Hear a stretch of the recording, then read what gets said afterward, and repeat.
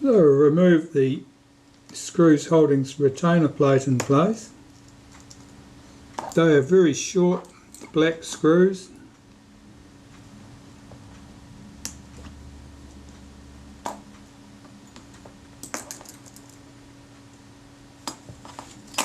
Everything should tip out. It does. I'm left with this little lever. Lift that out, and I've got to clean the inside of this case, and obviously I've got to clean that lens before I put everything back together. But looking at this mechanism, we've got this piece. This is the settings lever. Here are our diaphragm blades, which are quite oily, and here's our retainer plate.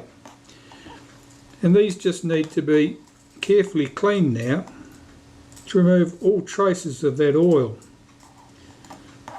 This mechanism is meant to work completely free of oil, and this stuff here, that'll cause grief. Well, it was causing grief. That was causing this to not function. The diaphragm did not close down, even though the meter setting looked apparently correct and the shutter speeds looked fairly good. The diaphragm was not closing down to the setting that you would have expected it to be at. And of course you've got there's no sign of that from the outside of the camera. The shutter blades are in front of the diaphragm blades. You can't see what they're doing. Right, cleaning and degreasing. Well, as you can see, I've got that lot cleaned up, back in there and functioning. I suppose you'd like to know how I've reassembled it. Taking it apart's easy enough. Putting it back together, well, that's a little bit different, isn't it? So I'll take it apart again and I'll show you how I went about assembling that. And it went fairly smoothly. I was quite pleased with the way it went. It's not the way I would normally assemble a diaphragm, but it was certainly a method that worked smoothly. And that's all we want out of life, is things to go smoothly. Well, I'll start by putting this piece back in place. Now obviously the long pin goes down. It goes in the case right here. Sits over that pin.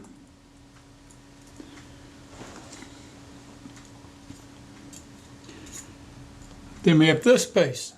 This is the moving plate, if you like. Now there are, get that out again.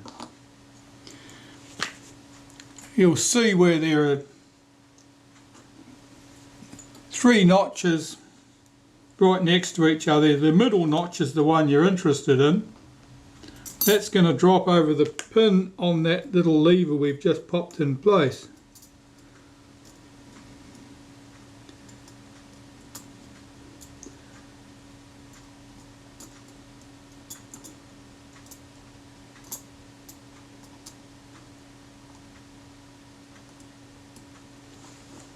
And the tab obviously points upwards because there's nowhere for it to point downwards.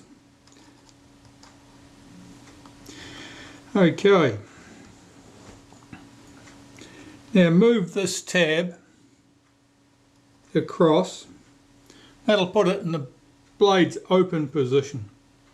That's where we're going to put the diaphragm blades back in place. In the diaphragm blades,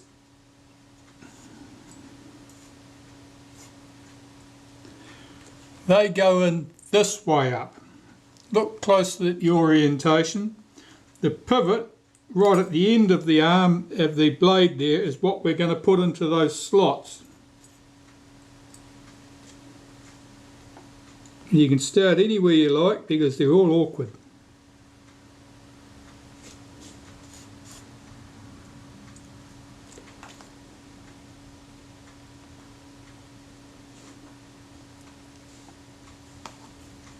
Here I'm going around in a clockwise direction, putting these blades in place.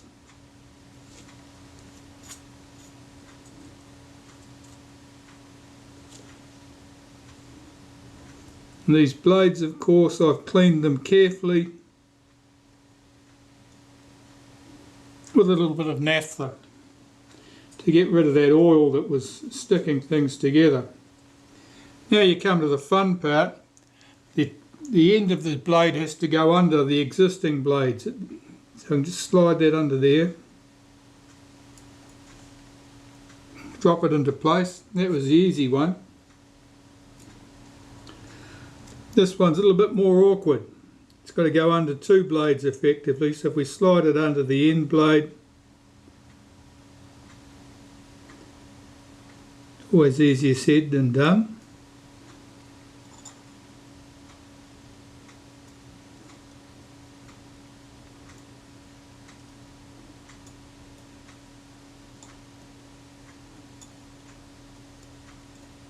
Maneuver it around until I get its pivot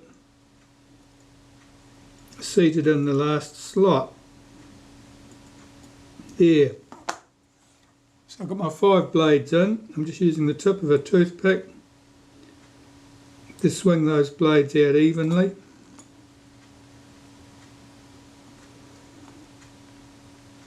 Move them in so that they're all sitting forming a fairly close circle to the opening. Now we've got our fixed plate, and the fixed plate goes on. If I can figure this out.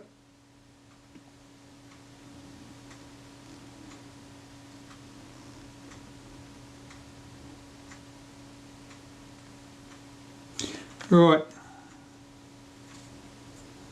Look closely at this area here. See that little square notch? That goes round this fixed pin here. That drops in. Now our pivots are not lined up to the holes in the plate, but they could be with a bit of nudging. I'm just using a toothpick here to nudge those pivots across.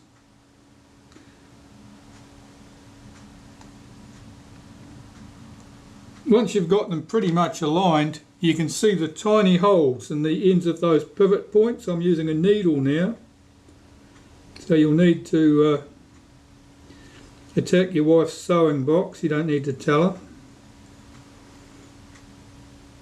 To manoeuvre those pivots into the holes.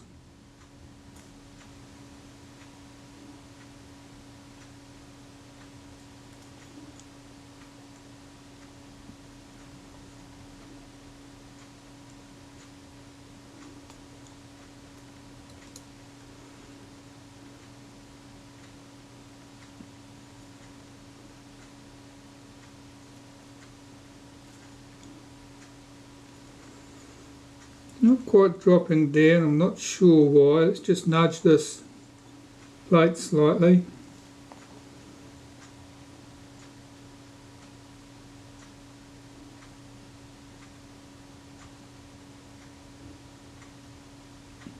That's it, they've all just dropped into place.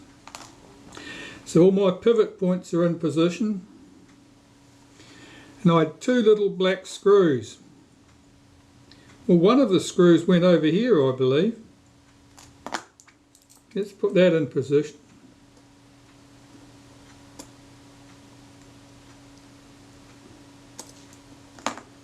And one went directly opposite that,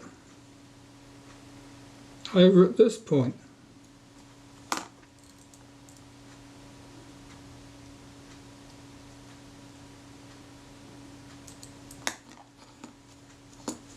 Now if I swing this lever, you can see that those blades open and close.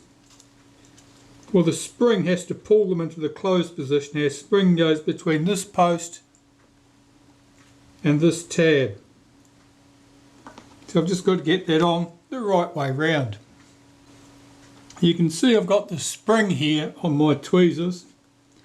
Now the open end of that loop has got to go through the hole in that tab. And the closed loop here at the other end, that's uppermost here, it's over the body of the spring. So I've got to get this hooked onto that tab first. That'll be the first awkward job. is encouraging the ends of springs to do what you want is always awkward. See if I can get that hooked in there. Can't even see what I'm doing. Where are we? All way around here.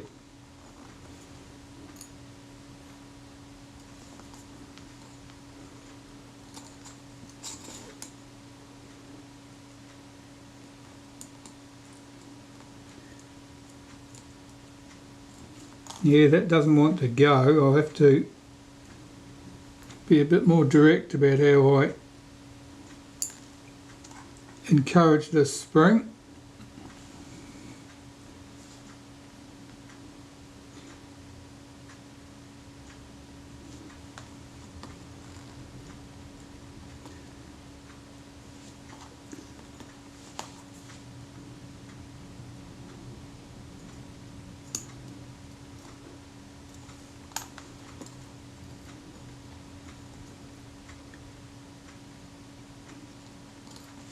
See if it's easier to come in from this direction.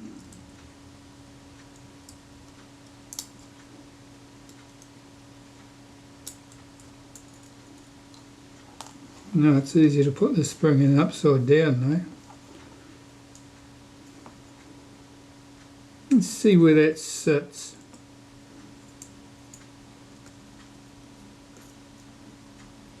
I think that'll make the spring sit up too high. I want it the other way around.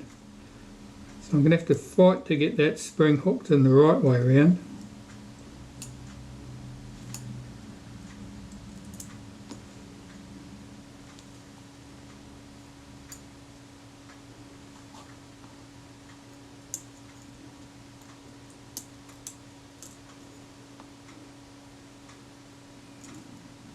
No, that wasn't it.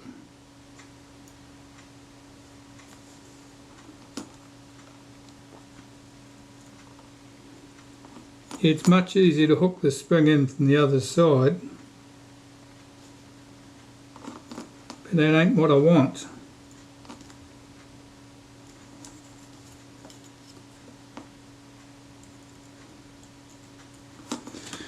Okay, I'll battle with this for a minute.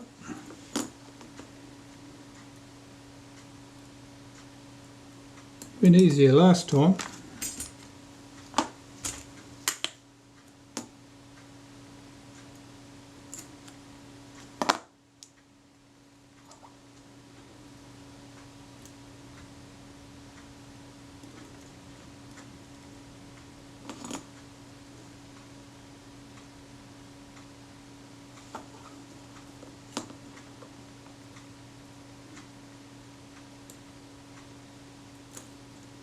Oh, that was nearly it.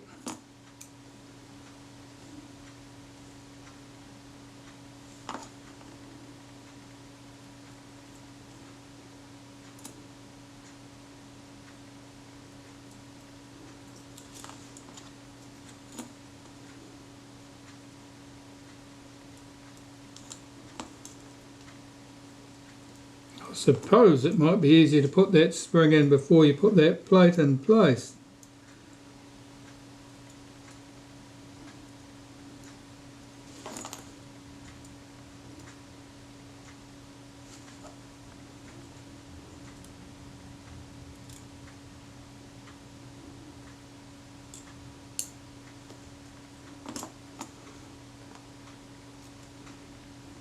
I don't feel like I'm doing 5 minutes work.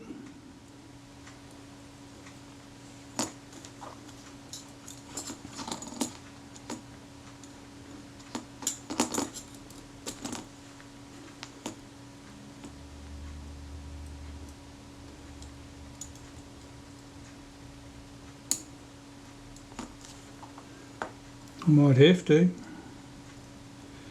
I'm going to fight with this. I want that spring on there and I want it the way round I want it.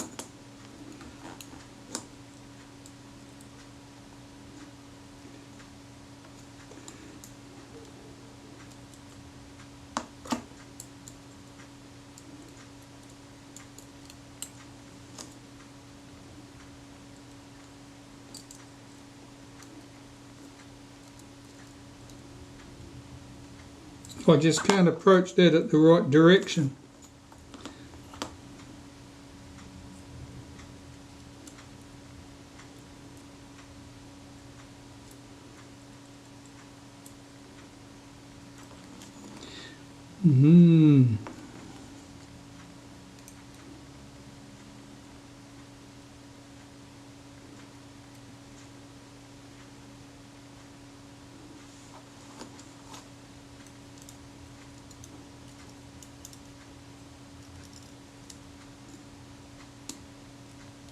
That is it. I've got it hooked on the right way. Now I'm just going to hook this closed loop over the post.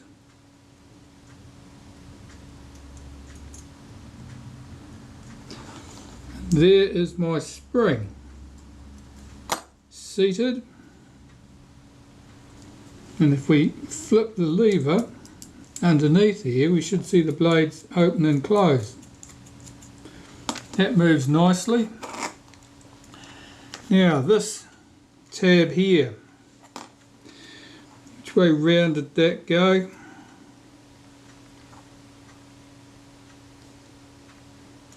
This way up.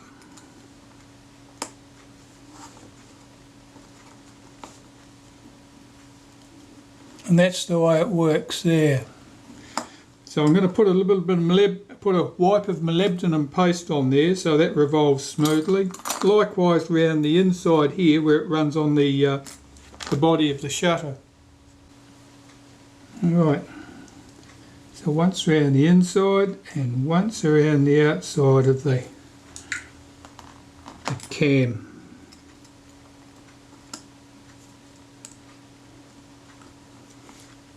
I'll put the 3 screws in place.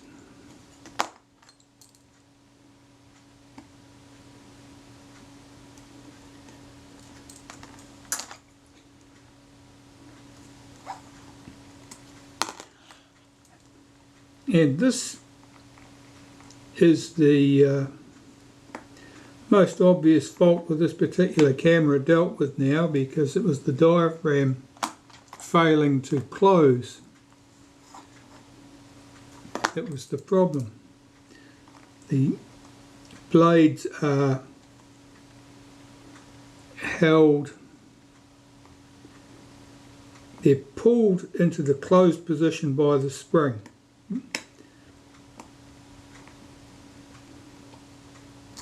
So the cam will force the blades open, but of course it can't force them closed. The spring pulls them closed. That's good, that's all working nicely now. So that's that little problem out of the way. Now the lens. I said there was a lot of dust on the rear surface of that lens, and there was. It was quite crusty, it was a lot of it was stuck. Now there are tiny marks in the coating on the outside there, which almost certainly correspond to some of those dust particles. And so there's damage to the coating at those points. They all sort of correspond to little dots, and they probably correspond to where the dust sat. So something upset that. Now whether it was a humidity based thing, it was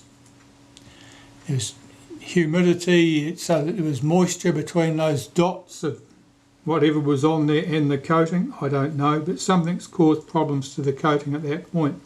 Now it's by no means a serious issue, it just means that the lens isn't absolutely clear and clean. But we've got this part out of the way, that's the main thing. The lens is certainly a vast improvement over what it was. Right, we can put the case aside now, turn my attention to this mechanism plate. And the mechanism plate is oily, it's just terrible. I'll put that blade back in place so you can see the blades in position.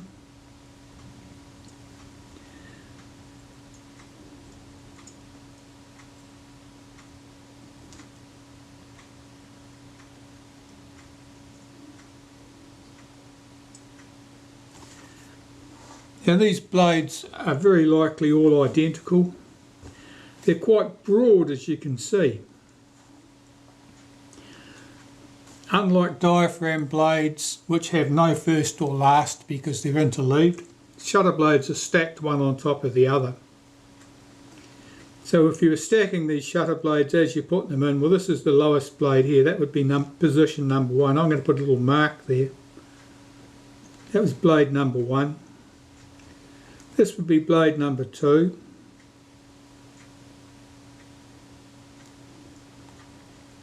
This would have been blade number 3.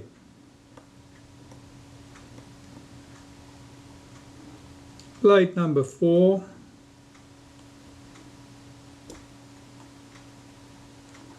And blade number 5. So now I know which order those ones were placed in. Sometimes it makes a difference, other times it doesn't. But whatever was there before, you're best to follow it. 5, 4, and 3, 2 and 1. And now they were well stuck together. So the mechanism plate, what do we want off here? Well, we've already got the spring off here, the detent that tends to hold the thing closed. This is our contact, our switch that opens or closes depending on whether the position the cam's in. I don't know that I actually need to disturb that, so I'm going to leave that alone. I want the blade actuating ring off here because I want to clean under the blade actuating ring. So let's set this thing in the cocked position.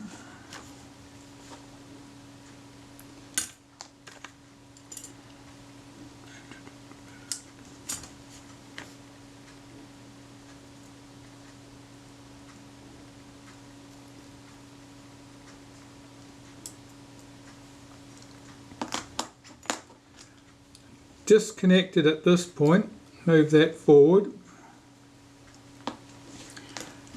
unscrew the 5 screws here. Now those screws form the pivot points to the shutter blades. So it's fairly important that the screw heads do not get mutilated by your screwdriver.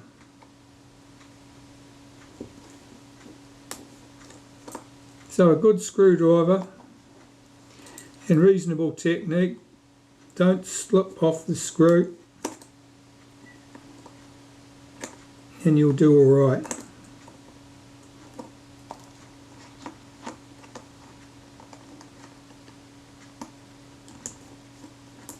One of them's not in a hurry to come loose. Let's recover that washer. This one here. Oh, there we go. It's good now. I'm going to lift off this blade actuating ring.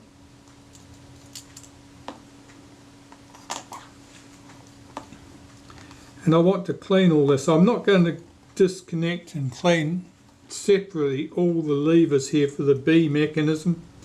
That's moving nice and smoothly. I don't see any advantage in doing that on this case. The screw head here is a little bit damaged. That's okay, we don't need to move that. I'll have to clean this internal thread here. That's where the front group, the front lens element screws in and out to adjust the focus. I'll have to get rid of all that old grease. This lens element in here is held with a retaining ring. There's no notches in the retaining ring. The lens element itself is very likely cemented in. So even if you got the retaining ring loose, there's a good danger of breaking that lens trying to get it out. So, as with the rear lens, leave it in there. Don't muck about with it, don't go looking for trouble, clean it in place and work around it. There's no great problem with that. It does limit some of the options that you might have been thinking of, like splashing graphite powder around the place. That's not really an option. But you don't need to remove that glass element in order to service this in the way that it needs serviced. basically all we're doing is swabbing all of this with naphtha and a cotton bud to remove any oil or grease or accumulated dust and dirt that might be present. So I'm keeping my cotton bud off that glass surface. This is as greasy as, there's no way I want to transfer that to the glass and make it even more awkward to clean the glass than it usually is. Glass cleaner is usually not marvellous at removing grease. It'll usually do it if you try long enough and hard enough, but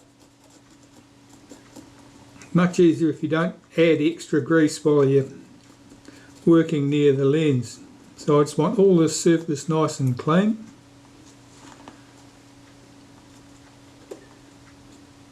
Now that would originally have been lubricated with perhaps graphite grease, perhaps just a little bit of graphite itself.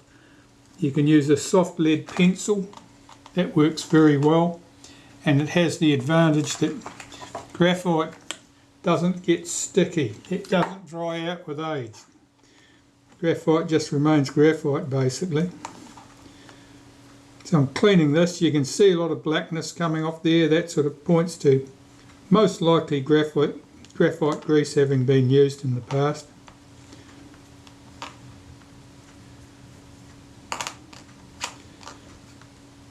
So I'll just get all that clean, and I'm going to use a graphite pencil to lubricate that surface in there, and that the blade actuating ring will run on. But of course I also need to clean that glass lens, which I'm going to do with glass cleaner. Before I do that, I want to clean this other side of the mechanism plate, I suppose, so I'll do that with naphtha. Make sure that the surfaces here are clean. There's not much to speak of there. The outside surface here is where our retaining ring goes on.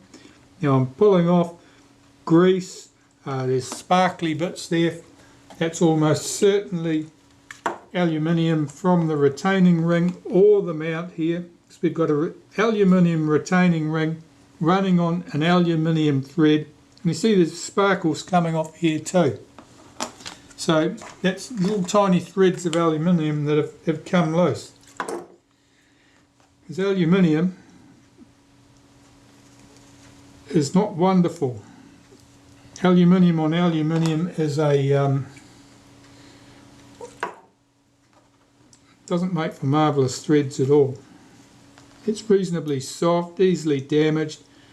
It's prone to galling, which means that basically the metal rubs up and effectively welds itself together, and you end up with a tiny rough spot rubbing up into a large rough spot.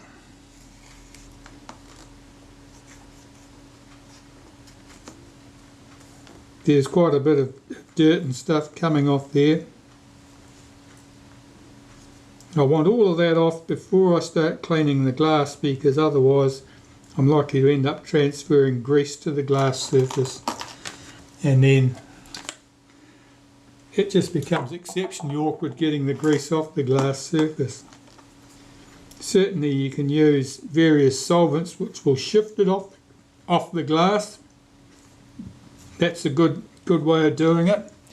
But the downside of that is whatever solvent you use that's particularly good at getting grease off glass, it's probably also particularly good at melting the black paint that's been put around the lens. And of course if you melt the black paint, that'll be coming off and going on the lens as a nice smudge, which then you've got to try and clean as well.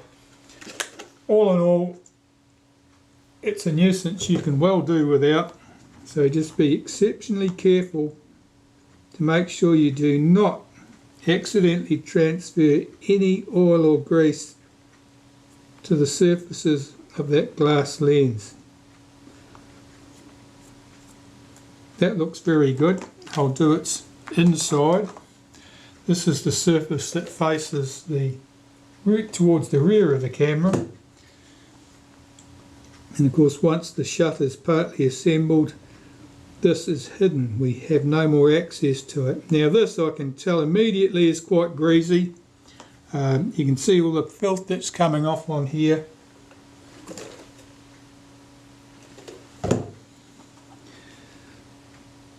Now the diaphragm in this shutter was certainly quite oily. This is showing similar sort of contamination.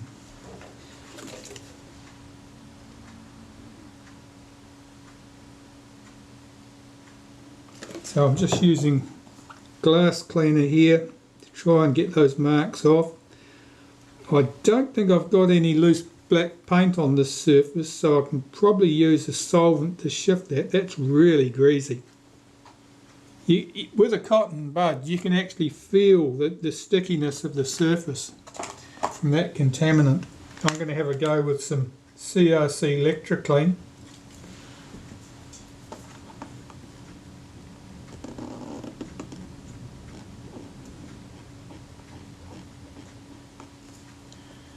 Yeah, there's quite a bit of residual rubbish on there.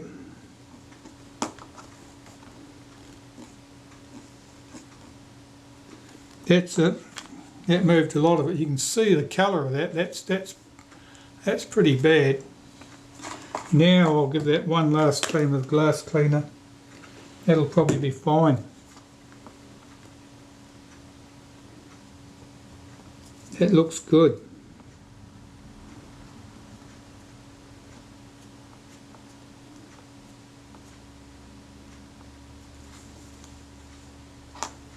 So I've got that glass lens is nice and clean now. That's ideal. That's ready.